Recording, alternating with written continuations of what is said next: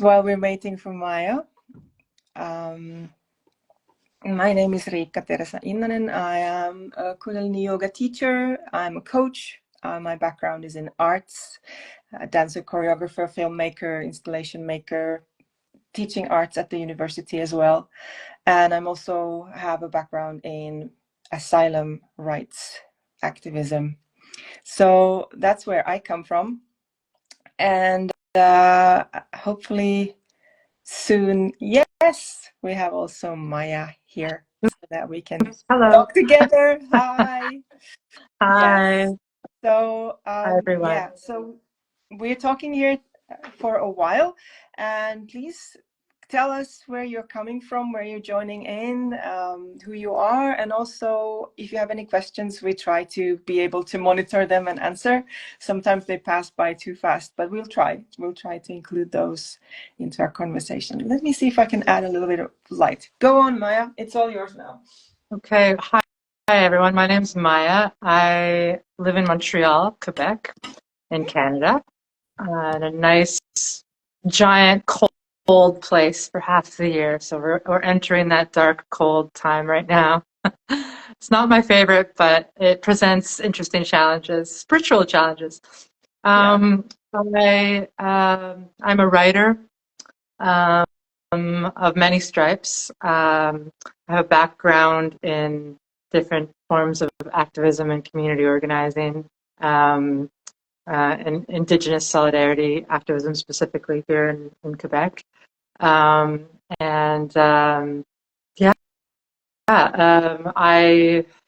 was too hunched over my desk for too many years freelancing, and yoga was the only counterbalance that I had, and so I ended up eventually finding Kundalini yoga as a perfect way of releasing old trauma, dealing with anxiety, dealing with just my body armoring, all sorts of things, and that's where I've met my co-host Riikka, and that was how Rebellious Awakening Live Talks was born. So I'm happy to be here. Yeah.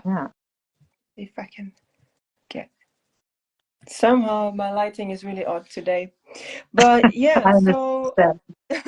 So we both studied with Salima at the Yoga Vision. We had last week Salima talking with us, and I think it has a very unique way, very unique approach to Kundalini yoga, or generally, if we think about traditions that are based on hierarchy, where you have a teacher, you have a lineage that should be respected and honored.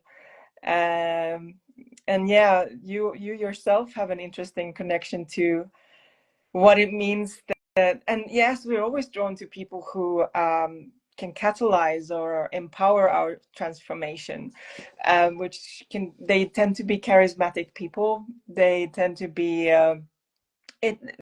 it's a process where we are very delicate. So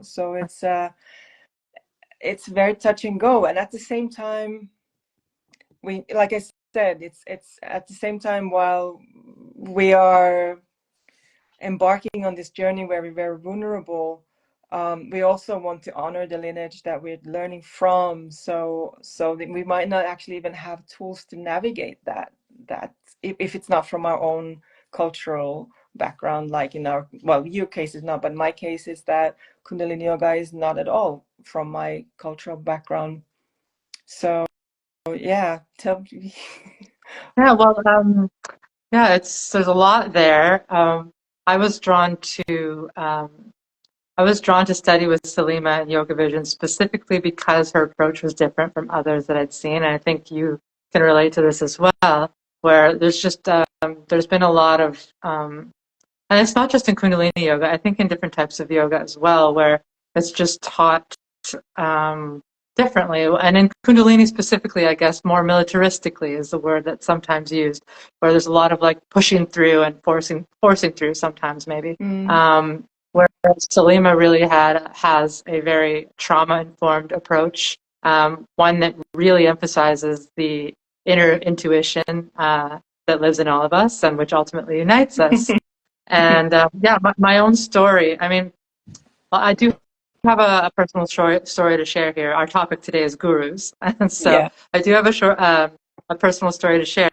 But also, just quickly, also another thing that drew me to Salima Yoga Vision was because I had seen representations of Kundalini yoga around for years, and this is no judgment for anyone who is in that world and just kind of receives that differently. But for me, the turbans and the white clothing, well, Salima does dress in white, but a lot of like the more traditional garb really just didn't draw me, did not attract me. And I think that relates back to, and so to see Salima, a woman of Indian origin who did not cover her head and had a specific, very sensitive, trauma-informed approach, really, really spoke to me and drew me in. And I felt like, okay, I feel like I can be represented in this world as well. And so, so for me, where I'm coming from is that I grew up, I'm mentioning basically my origin story for how I have navigated the concept of gurus. So I grew up in a very white, very rural place in Quebec. And my father came from Suriname, which is a very small Dutch-speaking country in South America, colonized by the Dutch. And so, and his grandfather was originally from Punjab in India, which is just so happens to be where Kundalini yoga originated. I can't say that I was raised very much in touch with that culture or with Sikhism at all, but that is his and my ancestry. And so he was influenced by what he was influenced by back when I was a child, and he was received in a very specific way in our white, very rural world. People exotified him. I should mention, he was a self-proclaimed guru. Okay, so my father had the long hair, he had the long beard, he sewed his own clothes, he made meditation cassette tapes, and he had real live in-person followers because there was no internet back then coming to our house. And people were kind of, I want to say, yeah, they were really followers of his. And he thought of himself as a guru. And in theory, I agreed with almost everything my father said. He was all about, respecting all walks of life and what he liked to call universal truth. And it was all about love and peace and truth and harmony and understanding. And of course, I would never disagree with that, even to this day. But because he was my father, I kind of knew who he really was. And I was the oldest child in my house. And my father and I were basically at war for my entire childhood because he was unfortunately a very abusive parent. He was unfortunately not living by his own ideals. And no one outside of the family really saw that, at least not at first. And so I had this really kind of, and it was a very, very difficult upbringing for me, very traumatic. And he was quite a violent person. And so for me, I had this was my introduction to this idea of guru, and it was just completely wrapped up in like this idea of deep hypocrisy. Yeah. So it's funny. So I entered Kundalini yoga with a lot of humor in my heart because it feels like a real calling to me. It really does. But at the same time, I'm like, okay, I need to also be the kind of teacher that I know I would like to have, and I think others would like to maybe have. And I love the and of course there's this whole legacy of good and good and more problematic gurus all over yoga and in Kundalini yoga as well. But one of the things I love about Kundalini yoga is that it's of course very influenced by the Sikh faith, and the opening mantra, which I think you mentioned in one of your posts leading up to this, is all about acknowledging basically the inner guru, like the divine wisdom within that connects us all. And I love this reminder. I always tell my students, this is ultimately, even though, in Sikhism, there's also a belief in external gurus and teachers. There's also this very much this coexisting belief in this inner guru, and for me, this really means that, and what I like to remind my students of, is that there is no one human being and no one guru that is more inherently equipped than everyone else to access that deep inner wisdom and that intuition that goes with it, and the authority to act on that. And so we all have that potential. So that's one of the most beautiful things to me about the opening mantra in Kundalini. And so I think that while we're all just human beings flailing about trying to find our way through, it is worth thinking about what if we are someone who's drawn to gurus, or if we are someone who identifies as a guru. I think it's worth giving it thought and reflecting here and there. And I think that there are. I'm definitely not judging and definitely not making any general statements, because I think there's a lot of amazing gurus out there, and people think of them in different ways, define them in different ways as well. The word, of course, meaning dispeller of darkness, someone who sheds light on darkness. So anyway, I don't know if you have any thoughts based on all of that. I can say more, of course, but initial thoughts. I just wanted to say hello to Shaliza. She's actually co-runner of the Yoga Vision. Bonjour, bonjour, bonjour. And Shaliza is an amazing mentor, and she's actually one of the very important parts of this whole trauma-informed streak in the Yoga Vision education. There's a lot of and our topic today is gurus, and there's a lot to be said in the way that there's something very valuable in being handed down or guided through a process like this. There's an ancient wisdom that has been passed down generations after generations after generations, and it's been tested through that practice. And but I think also there's a world that has changed. There's also difference between the patriarchic hierarchy, and then what does the lineage of the, like, what would be, what if we start looking at guru from a female point of view or a feminist point of view, how does that work? And following a guru is not exclusive for yoga or meditation or spiritual practices. It's in many religions, it's in politics, it's in our lives. And it's an interesting question, like, why do we want to give ourselves? I mean, maybe it's connected to this deep desire to for devotion, to give our lives, or do practice something, whether it's our work or our spirituality or whatever, to do it for a higher cause, for something larger than, greater than us, and also for a community that stands for our values. And then it's a question of, like, where does it go wrong? Where does that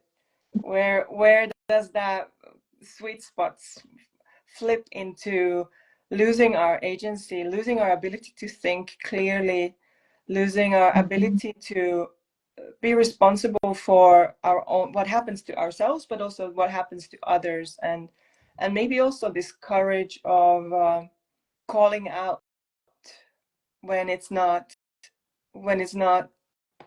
are not going right. And also maybe this whole thing about the guru, if we go to some places like in India or Tibet, then it is the point that you are supposed to follow your guru blindly, because they are not a human being, they are an incarnation of enlightenment. And so there's a lot of cultural miscommunication, I believe, when it comes to West, and how particularly West white people want to follow a leader rather than understanding the maybe larger cultural context of that. Yeah, I think all of that is very, very true. And of course, and there's definitely the cultural aspect. There's a huge, perhaps maybe a rift in ways of thinking about things or ways of understanding gurus, but also, of course, within the East, if we want to say the East and the West, I mean, of course, there are probably like there's probably not a homogenous understanding or experience of gurus in the East as well. You know, there's probably people are humans after all, and Yeah. so as far as we know, anyway.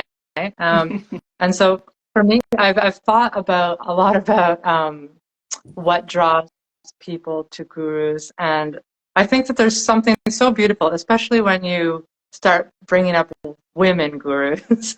I feel that there's something so, and I understand it better then. For some, I guess that's just my own background, my own makeup, what draws me, and I understand it. I mean, I understand it makes so much sense for us as human beings to access knowledge that's being handed down.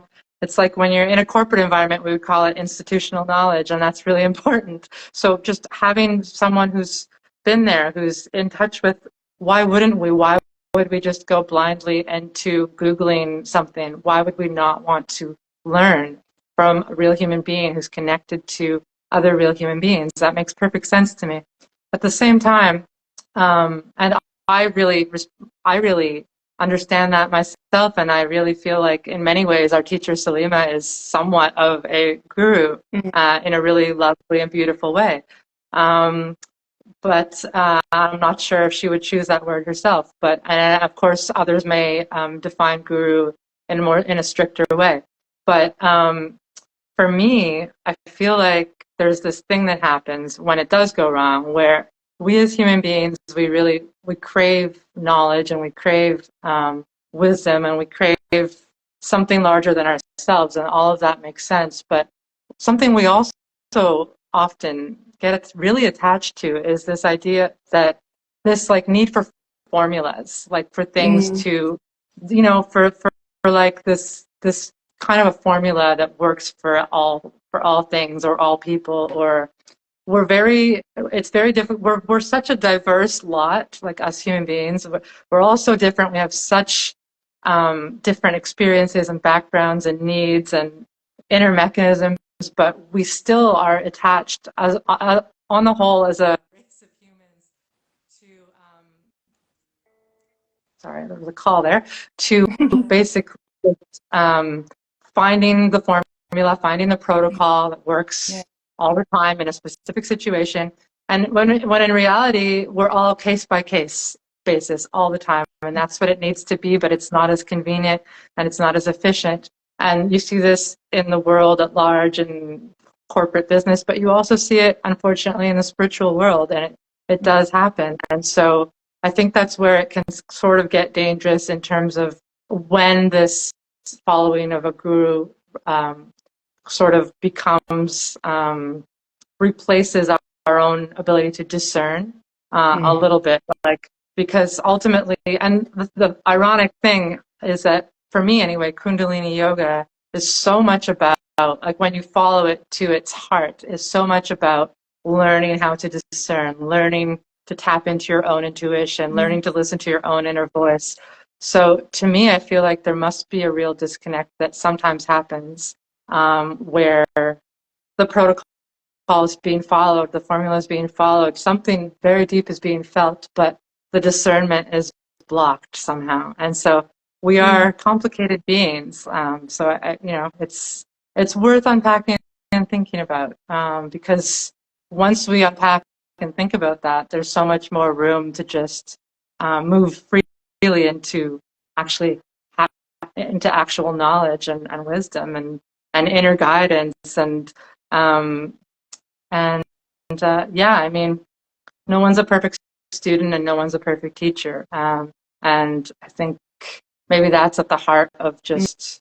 remembering, Mm. remembering who we are as humans. There's a, it's just an interesting thing. I think a lot about the addiction to formula and the addiction to certainties that we as Yeah. humans have. Yeah. Yeah. Definitely. Definitely. Definitely this lure, or the in the comfort of just being able to hang your brain, leave that outside, and just not having to worry about your life or your choices anymore. It sounds very um yeah, it's very comfortable in, especially in a world that might be confusing, or if you've been hurt, or if you don't deep down trust yourself with your own choices. And I do believe that it can be a type of person that gets drawn to gurus, is that you don't trust yourself, that you made some serious mistakes in the past and you just don't really trust yourself. And then when somebody says follow me and you'll be fine, that's like, okay, finally I'm safe. It's almost like one of the hierarchies in, like, I'm safe now I can actually yield and be, to the world, and open myself, and not and be the person I always wanted to be, outside this fear that has been stifling my spirit. And then there's something that, there's a beautiful way of saying in the Christianity that Jesus was incarnated into a human. He's the God of the Son who became a human, and that means that you are human. And I believe that even in with gurus, if you incarnate into humanity, into a human body, you are a human with all the vices and virtues of a human. And one of the vices is that power corrupts. If you have power over people, it does things to you. It does affect your ability to feel empathy, um, to understand the value of the experience of the other person, that they are not just dirt, but they are actually equal human beings. Human rights kind of just leave the scene, and that in that way. So Yeah, allowing other yeah. people to have that power is also problematic. Oh, sorry, what did you mean by the last part? Well, in a way that if we give ourselves to somebody to completely lead us, we are as much kind of Of course. responsible for the this Yeah. kind of the imbalance of what happens there. Or Yes. if we can witnesses that is happening, and people are doing bad things for other people, it is a problem when people don't intervene. Mhm. Of Allow that course, to not deciding is still a decision, and yeah, happen. it's and the whole thing about power corrupting it, it just never ceases to amaze me how, I mean, we use the word power, right? And we often think about power in terms of, well, I mean, political power. There's political power. There's personal power, though, which is very different. And in the context of gurus, it's funny because I really feel like, true power would be, if some who have students or who are vulnerable would be to then the true power would be to instill power and empower others. Um, but so often, possibly because we're all here to learn, including many of the gurus walking the earth, it unfortunately power can become corrupted within us as well. And that is when there's a bit of a preying on more vulnerable people rather than an empowering of, and like a lot, passing the power on kind of thing, um, which I think is one of the great powers of Kundalini yoga, to kind of pass the power on and like Mm-hmm. just remind people of their own power, which is, yeah, there's a lot of, just as with many religions in the world, there's a kind of a little bit of irony going on with regard to the beauty and the potential of it all, and how we sometimes as humans just kind of miss the point a little bit. But then it's all a learning process. So Mm-hmm. it's all, here we are today talking about it because it's all a learning process. And here we are Mm-hmm. sharing this mortal coil talking about, Yeah. guru experience. Yeah.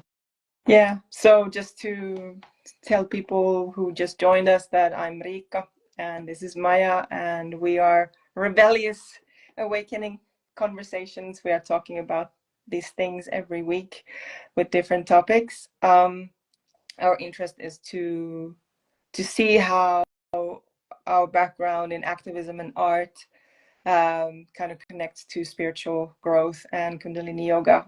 And today we're talking about gurus.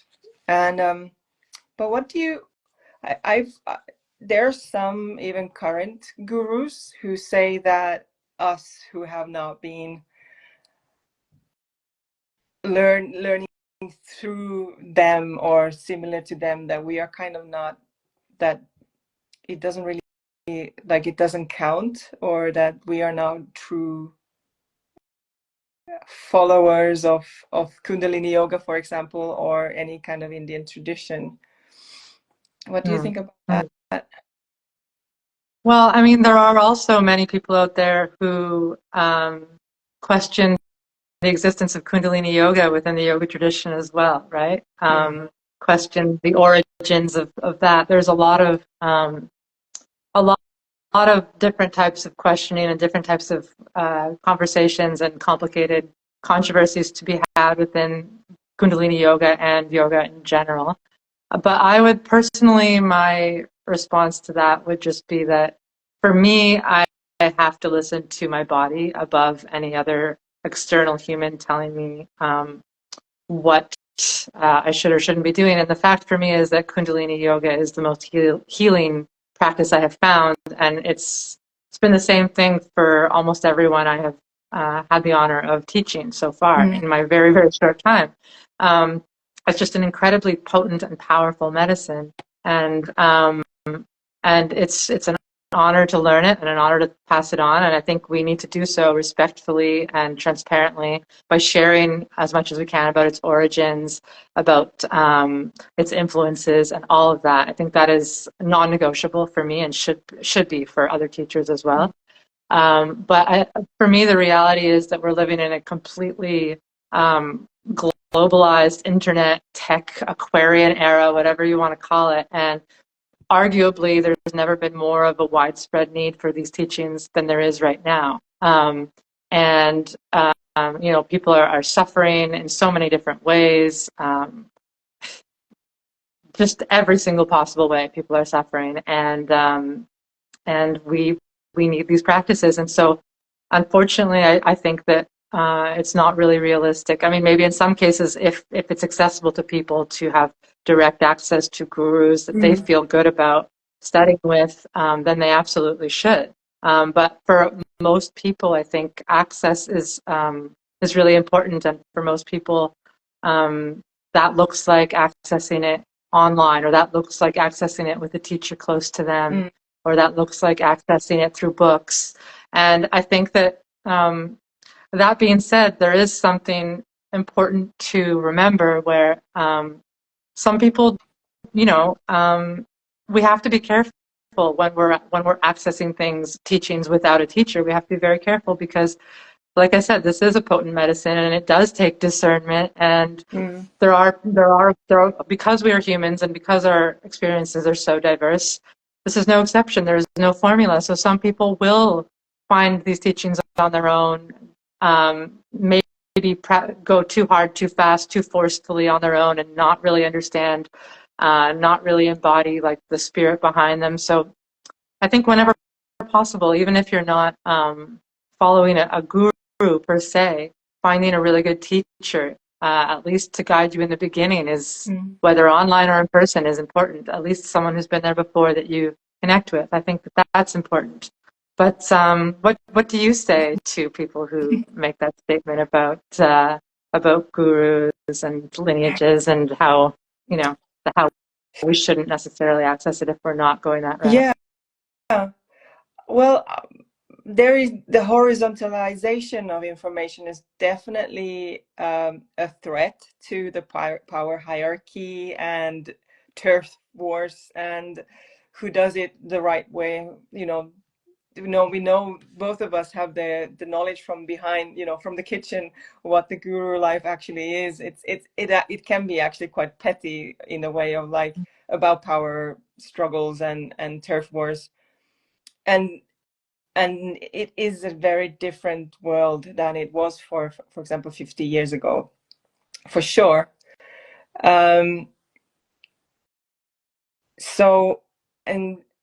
But then there's something that connects also what I meant before with the kind of female empowerment or the feminist action, that it is more horizontal. It is more a circle. It's more like we sharing knowledge and guiding each other. Maybe somebody's, and I don't think it's, in that sense, we are not all the same. There are people who are more experienced, and I do think that Kundalini yoga is one of those practices that it's very important to have a good teacher whenever possible.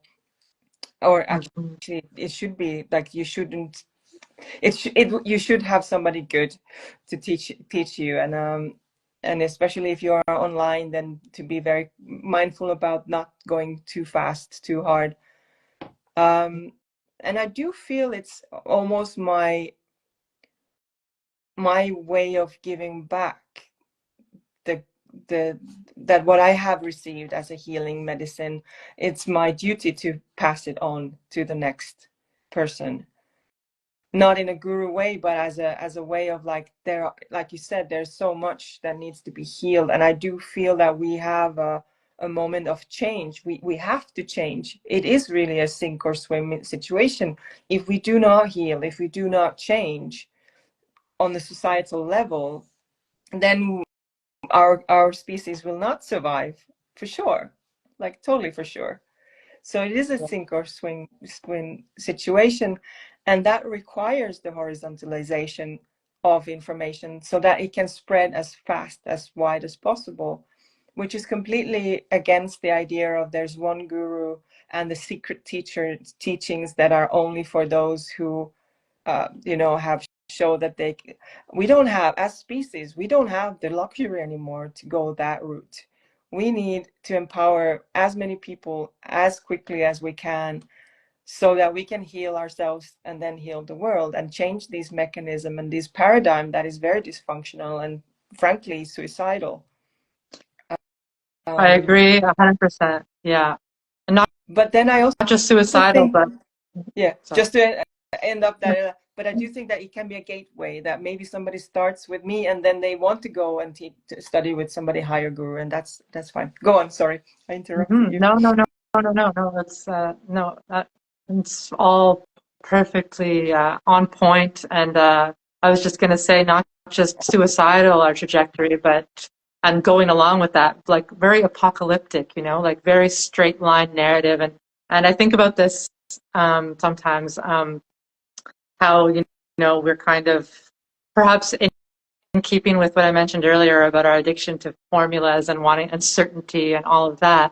This is partly why we need to heal so badly now, because of that. So we're kind of stuck on this like narrative where things are like a straight line almost, but then straight line cuts off and things end. It's like apocalyptic, it's suicidal. Whereas I like to think of it as an opposing thing to the opposite being a spiral, an upward spiral, that where we can kind of keep going, learning the same lessons perhaps over and over, but in more depth each time. And then we, it's not a circle. It's not quite a circle, but it's circular and it goes in more depth. And I like thinking about it that way.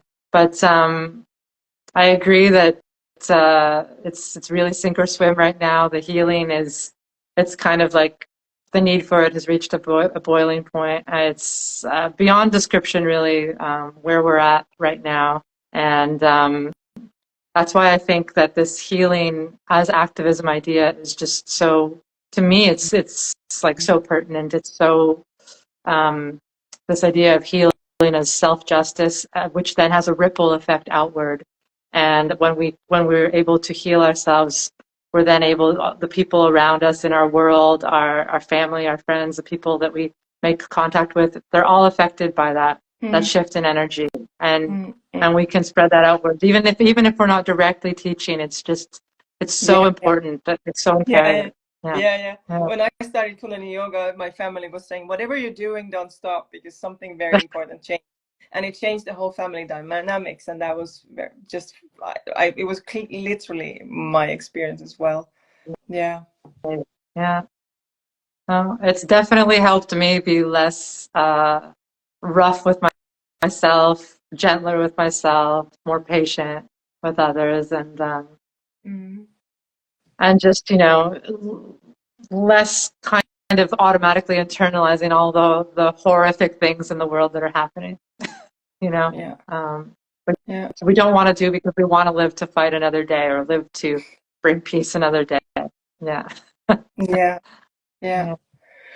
Another thing that came to my mind, also connected to activism, is this gurus connected to the truth, the one truth or the dogma. And just my experience, and still today, it really saddens me that there's a very harsh hierarchy of truths. And I, at least in my experience as activist, is like it wasn't that we're all fighting for the right cause. That wasn't enough. You had to fight for it in the right way, and if you did it in a different way, or then that was considered soloism, or the wrong way, or not pure, or like somehow they had the element of purity in a strange way. And at some point I said, like, I never found more hierarchical system or bunch of people than anarchists, because Oh my maybe because God. there were no existing structures, we had to self-organize, which kind of brought not the best out of us. So in some ways, structures can actually have a beneficial kind of, I'd like to talk about choreography, so that when we're kind of organized and we can move choreographed, we actually end up bringing the best out of us, rather than focusing on internal relationships and the hierarchy between us, kind of at the pecking Yes. order.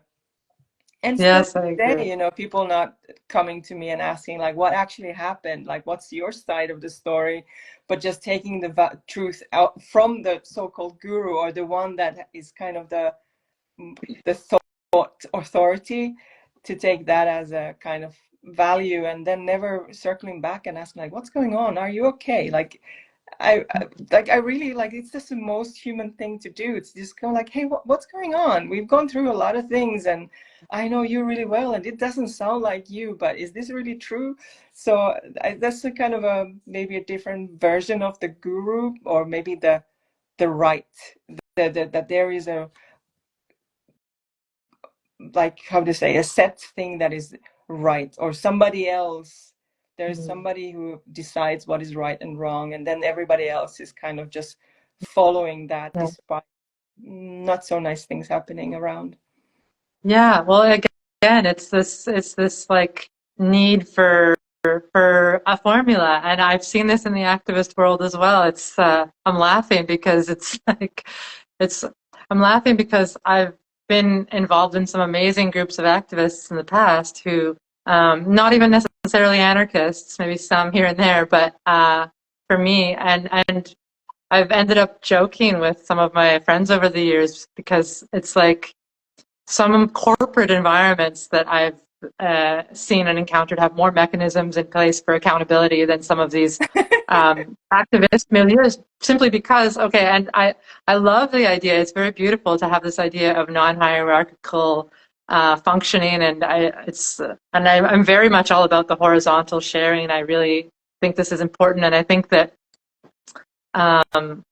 thinking about this concept of the future as female, not to be gender essentialist in any way, but it is interesting to think about how these shifts might happen going forward and what new structures might take form.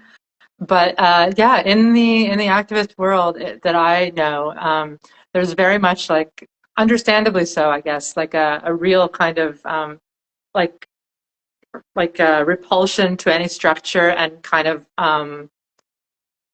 and it's one thing to not have one leader setting the rules or setting what's right or setting what's wrong, but we ultimately do need some kind of system in place ultimately. And so the question then becomes, otherwise there's just no way to hold anyone accountable when someone goes off the rails and is harming others or something like that, right? Then the whole group just gets derailed and we don't know what to do, and we're just like, what do we do? And there's just, and because no one wants to oppress anyone else, people just become paralyzed.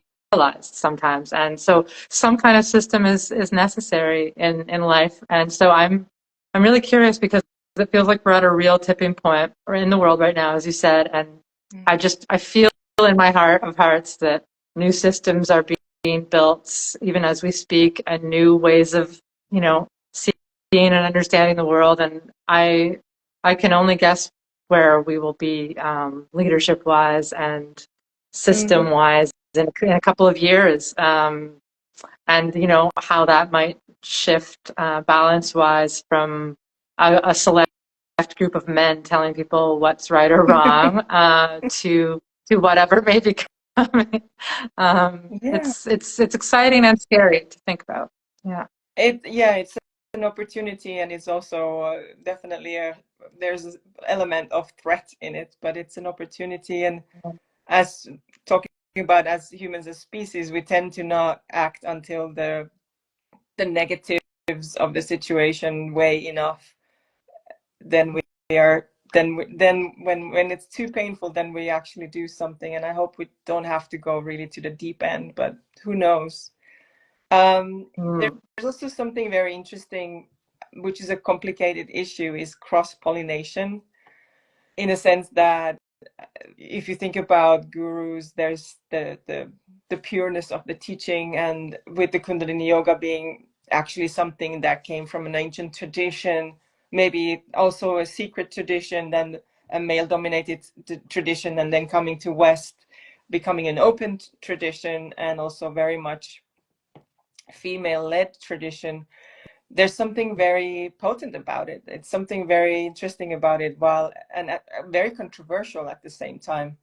And I've seen this in arts, that there's this whole problematics of copyrights and not appropriating things, but at the same time, arts and ideas have always grown from cross-pollination, from being inspired by something and taking it and then doing your own version of it. And there's something inherently paralyzed as well when we get stuck with this not allowing, but at the same time, we're again here like, what do you think about that? Well, I think overall we as humans, and now especially in the era where everything is globalized and everything is visible to everyone, I think that we are just naturally cross-pollinators, and so things have the crisscrossing has just been exponential and endless over the generations, and I feel like it's just speeding up more and more now. And for me, I mean, and this is definitely true of all yoga as well, among many other practices, but yoga probably is a special case, because it's so helpful to so many people, and people want to take that into their world. They want to integrate it, even when they don't necessarily know everything about it, or understand where, or maybe even when they don't necessarily understand that it's about more than movement, that it goes deeper, that it's a spiritual practice. And so there are a lot of problematic ways of cross-pollinating and of passing on teachings and all of that. I personally don't know. At the same time, I also think it's very positive for as many people as possible to be exposed to these understandings of self as possible, as quickly as possible in this time. So for some people that means, and nobody can really stop all problematic cross-pollinations, as we're calling it, from occurring. But what we can do, in my opinion, is just try to educate and embody, if we're teaching, for example, as respectfully educate as much as possible. So pass on as much knowledge as we can, ask the right questions. There's a real, and maybe it's just too much looking at social media for me right now in 2024, but there's a real decline in there's a simultaneous rise of deep and beautiful and profound intelligence in human beings, and a real simultaneous decline in people's critical faculties and ability to discern. And there's like a real tension going on right now. And so I think that for me, the best way, I mean, people are gonna, if they're tired or stressed or their muscles are tense or whatever, they're gonna find whatever form of yoga. It's this massive industry at this point, and I'm very, very, very on the side of those who point out all the problematic things about that, and unpacking who wellness is for, and unpacking the commercialization of it, and unpacking the colonial roots it has all taken, the colonization of the practice, the suppression of it. All of this is so deeply important to me, and I wish that I could pack all of that information into every yoga class, but the best that I feel I can do right now is to insert it wherever I can, instill each practice with that spirit, and then invite conversation wherever possible. And like we're doing right now, and in life, and in any conversation that I have. And I think that these conversations are happening in the so-called wellness world, the so-called yoga industry as well. And change is not always rapid, even when it needs to be. I do feel like more rapid changes are coming. It's just what I feel in my gut. But yeah, what about you? What do you say to that question about that you just posed me about? I don't even remember, but I don't remember the what exact reminded me of phrasing. the colonialization, or even or appropriation, even of the word guru. That you got your internet gurus to your Yeah, carpet yeah. fitting gurus, to like everybody's a guru, and what does a guru mean? And yeah, there's of course the idea of a bringer of the light into the darkness, and but teacher or a leader or all that is important. But then definitely if we look at, like you were saying, that we have a we need to be more discerning, while we're actually it's getting harder to be able to discern with the social media, definitely. And yeah, there's this whole idea of like when the thing does not have substance, and it's all about the external bendiness and the body, like we're all talking about looking fit, or like I just listened to one podcast saying that not just women have body dysmorphia at the moment from a very early age, but even men are having more, like there's an epidemic of body dysmorphia.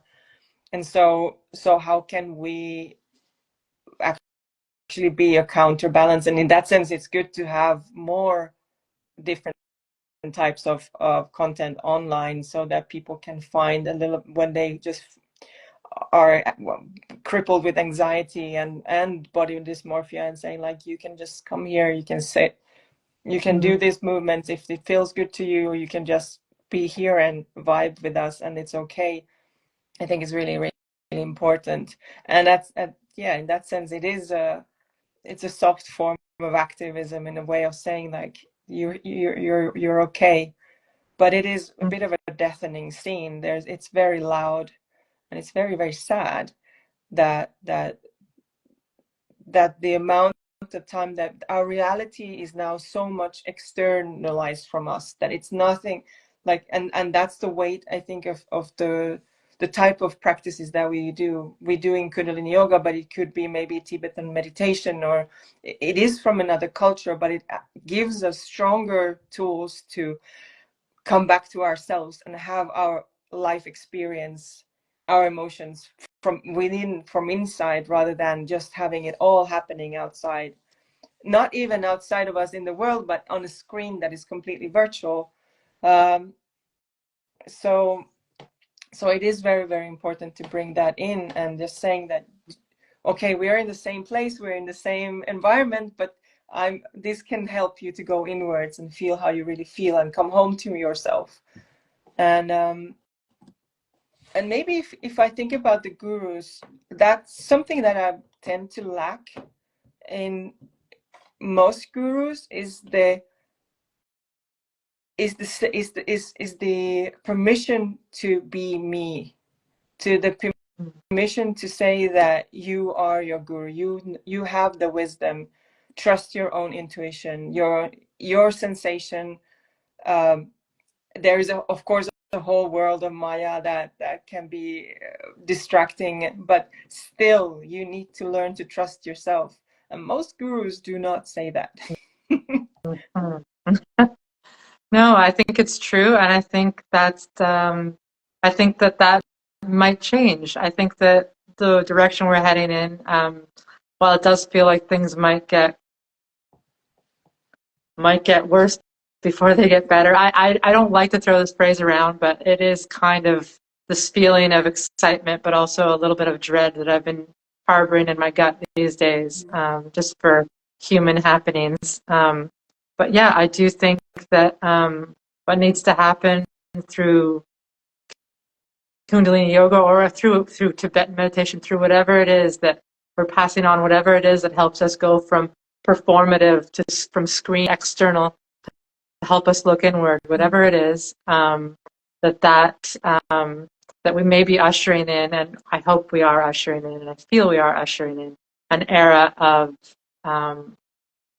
where,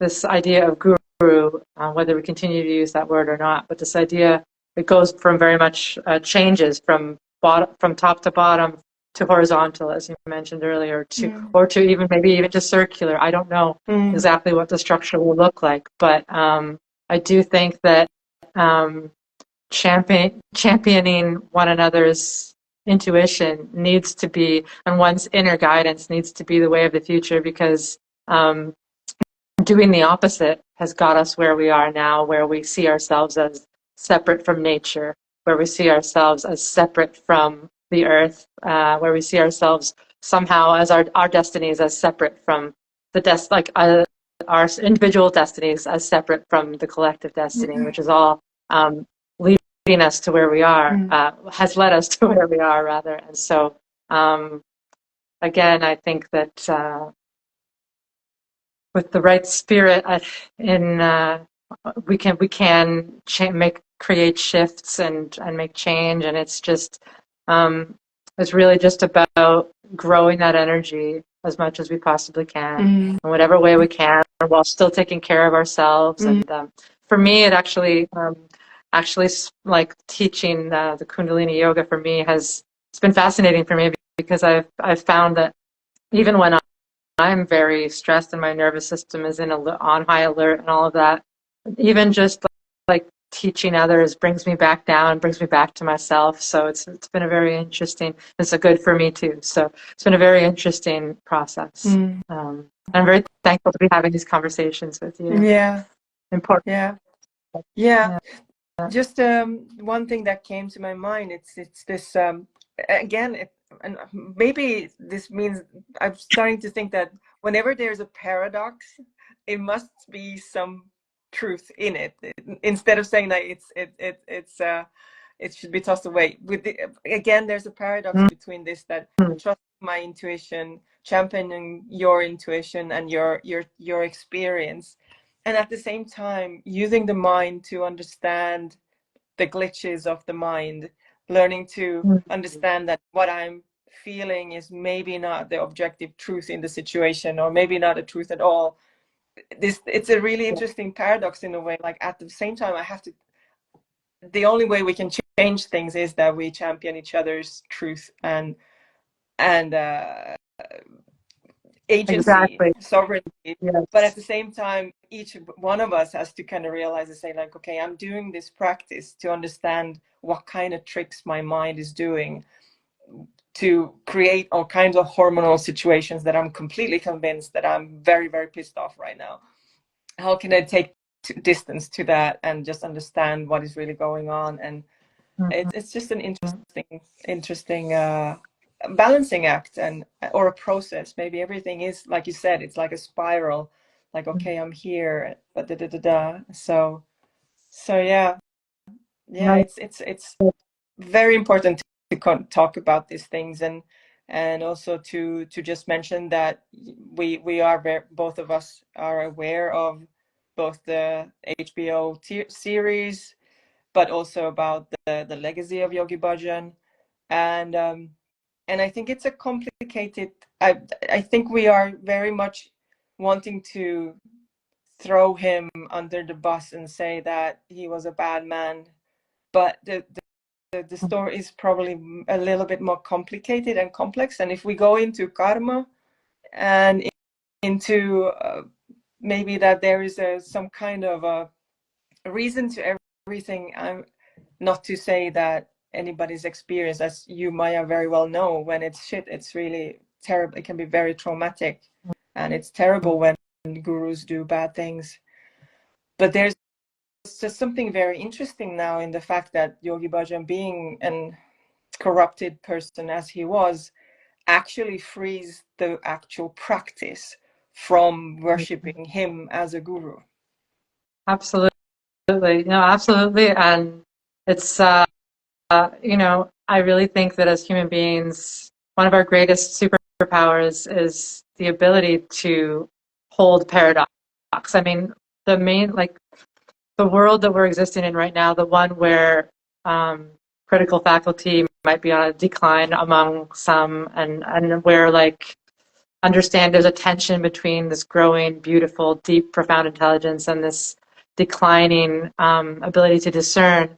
I feel like there's ultimately at the heart of that this need for us to embrace nuance and paradox and uncertainty, and, you know, uncertainty being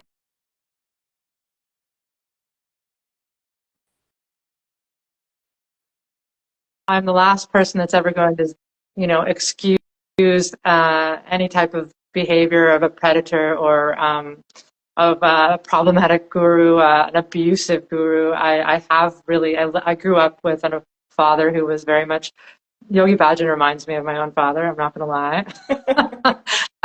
But anyway, it's, and I have to laugh about it, but ultimately we really do need to be able to embrace paradox, because for me, I'm embracing this idea that yes, we're going into our intuition and our inner truth, but this is our own inner truth is not the be all end all. We are a part of something larger, and we embrace this idea that we don't know everything, that we are part of something larger, that we are not the end of knowledge. So for me, that includes holding this paradox that someone with real human problems, someone who's done a lot of harm, can both be condemned for that, while at the same time we understand that they unleashed something really positive in the world. And that's just how, you know, that's humanity for you. Yeah. That's definitely yeah. We are creatures of paradox and contradiction, and maybe that's maybe something to understand in following somebody or learning things from a person, is that they are humans and they are not perfect. No, exactly. And once we can, and also I feel like knowing that and really internalizing that others cannot be perfect, while still appreciating some of the things they're offering, can also help us to appreciate ourselves more and be in touch with the reality of who we are more, and appreciate ourselves without holding ourselves to these crazy standards of perfection, which don't really exist as well. Yeah. Facilitating self-love. Yes, exactly. Yeah. Exactly. Yeah. Exactly. It's important conversation. I really think it is. Yeah. It is. It is, and I really appreciate that you're you know, you don't have to you didn't have to share your personal history, because it's not an easy past. It's but it stands the testament that you have become empowered, and maybe it's made you even more aware how important it is to discern, and made you a powerful voice of a powerful teacher, because you have seen it. It's not an abstract concept. that gurus can use their power wrong, but you are a survivor and you're a thriver. You've thrived, maybe not just despite of it, but also it's taught you a lot of important, not nice lessons. Could have been without them, but And therein lies the paradox as well, right? Horrible things that happen to us also can sometimes birth beautiful things as well. Yeah. Thanks for sharing this human experience with me, Riikka. Thank you. And see you next week. Yes. Yeah. I know we have a beautiful topic. Sorry? 11 your time and 6 o'clock my time. Yes, exactly. And we'll send out word about that beforehand. And thank you all for listening. Yeah, and you were saying that we have a beautiful topic. What's our topic next week?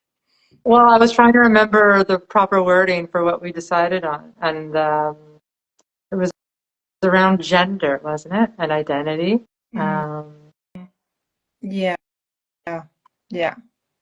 I think we need to we'll formulate it properly and send it out. Exactly. But I think it's this a little bit the same way of like how we are entering a different era where this very important and powerful work of the feminine and the masculine, it needs to grow. I don't think it's wrong. I definitely feel very strong that these powers of masculine and feminine, but it needs to expand. I do feel that the conversation needs to expand, and myself as a kind of, I would say, self-identifying two-spirit person, it's interesting to hold those polarities and also how that then connects to spiritual growth and identity, and how identity politics also play into it, and all of that. all of that, yeah, and the all of eternal that soul. Thank Yeah. you. Take care. All right, take care. Bye. Bye.